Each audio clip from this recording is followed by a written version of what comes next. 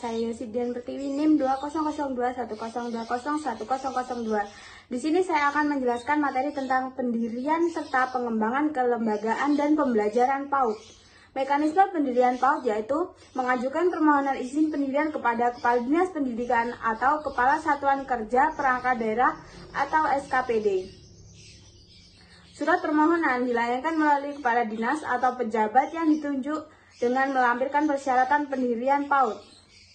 Persyaratan pokok untuk pendirian PAUD diantaranya surat domisili lokasi PAUD didirikan, program kerja PAUD selama 1 tahun pembelajaran, surat persetujuan masyarakat setempat melalui RT dan RW, surat rekomendasi lurah, rekomendasi dari Dinas Pendidikan Kecamatan, rekomendasi camat dari kecamatan setempat, akte yayasan penyelenggara.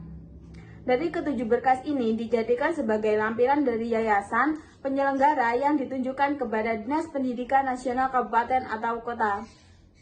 Ada 3 hal yang harus dibangun dan ditingkatkan dalam kinerja pengelolaan PAUD sebagai pusat pengembangan anak usia dini. 3 hal tersebut yaitu: yang pertama, penguatan model atau cara pembelajaran atau pengembangan yang sesuai diterapkan pada anak usia dini. Yang selanjutnya, penguatan peran pengasuh atau pendidik, di mana seorang pendidik dituntut aktif dalam segala proses yang terjadi dalam proses belajar mengajar. Penguatan keterlibatan orang tua dan masyarakat dalam pelaksanaan program, yaitu dengan cara mendukung adanya PAUD ini dengan memasukkan atau mengikut sertakan anak-anaknya yang usianya masuk ke dalam usia PAUD. Saya Dita Indria Saputri, NIM 200210201010 ingin menjelaskan tentang sarana dan prasarana.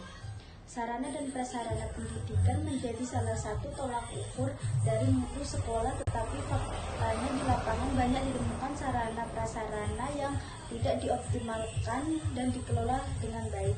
Untuk itu diperlukan pemahaman manajemen sarana prasarana pendidikan berbasis sekolah. Bagi pengambil kebijakan di sekolah, pemahaman tentang sarana prasarana akan membantu memperluas wawasan tentang bagaimana ia dapat berperan dalam merencanakan, menggunakan, dan mengevaluasi sarana prasarana yang ada sehingga dapat dimanfaatkan dengan optimal guna mencapai tujuan pendidikan. Sarana prasarana pendidikan pada dasarnya dapat dikelompokkan menjadi 4, yaitu tanah, bangunan, perlengkapan, dan perabot sekolah.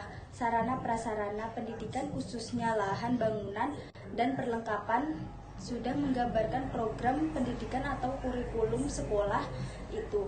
Pengelolaan bahan bangunan dan perlengkapan sekolah merupakan tanggung jawab kepala sekolah. Pengelolaan sarana prasarana di PAUD dimulai dari perencanaan, pengadaan, inventarisasi, pemanfaatan, dan pemeliharaan. Perencanaan ini dilakukan di akhir tahun ajaran untuk Yang pertama, pengelolaan sarana dan prasarana di PAUD dimulai dari perencanaan, pengadaan, inventarisasi, pemanfaatan, dan pemeliharaan.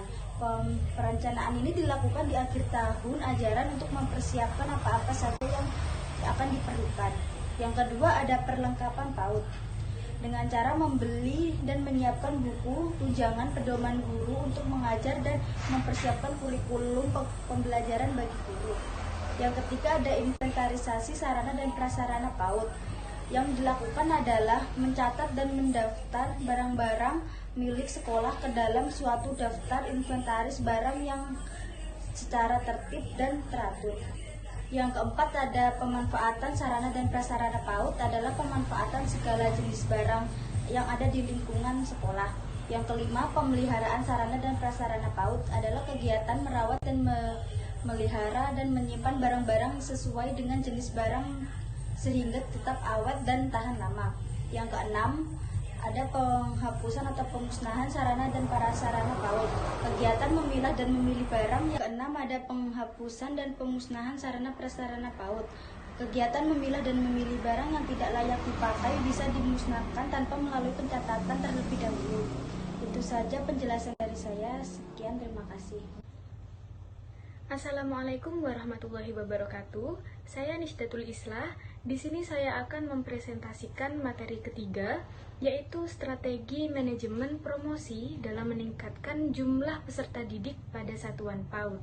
Pemasaran adalah suatu proses sosial dan manajerial yang di dalamnya individu dan kelompok mendapatkan apa yang mereka butuhkan dan inginkan dengan menciptakan, menawarkan, dan mempertukarkan produk dan nilai untuk menarik konsumen. Tujuan pemasaran adalah mempertemukan kesamaan antara apa yang ingin dibeli pelanggan berprospek dan apa yang dijual organisasi. Manajemen pemasaran adalah penganalisaan, perencanaan, dan pengawasan program-program yang bertujuan untuk menimbulkan pertukaran dengan pasar yang dituju dengan maksud untuk mencapai tujuan perusahaan. Promosi yang ada di lembaga PAUD umumnya menekankan kepada sosialisasi program dan keunggulan-keunggulan PAUD yang didirikan tersebut. Bahkan jika di wilayah tersebut lembaga PAUD masih asing bagi warga sekitar, maka promosi harus mengandung nilai-nilai edukasi, terutama pentingnya pendidikan anak sejak dini. Dengan tersosialisasikannya program di kelembagaan PAUD, maka PAUD yang baru saja berdiri tersebut akan dikenal oleh masyarakat setempat. Ketika seluruh komponen PAUD yang tercermin dalam visi dan misi berhasil meyakinkan para orang tua calon peserta didik, maka manajemen promosi PAUD tersebut bisa dikatakan berhasil, sebab mereka telah menjatuhkan pilihannya untuk membeli jasa edukasi lembaga PAUD yang dipromosikan tersebut. Di era modernisasi seperti sekarang ini, kegiatan promosi tidak hanya dapat dilakukan melalui kegiatan sosialisasi saja. Teknologi semakin berkembang, sehingga memudahkan kegiatan promosi melalui media sosial, seperti Facebook, YouTube, Instagram, WhatsApp, dan masih banyak lagi media sosial lainnya. Kegiatan promosi melalui media sosial umumnya dilakukan dengan cara mengunggah berbagai kegiatan yang ada di lembaga PAUD tersebut, terutama yang menjadi ciri khas dan yang menjadi keunggulan dari lembaga PAUD tersebut. Manajemen promosi sangat bermanfaat untuk mengembangkan dan menyebarkan informasi mengenai lembaga pendidikan, serta dapat menambah jumlah minat peserta didik.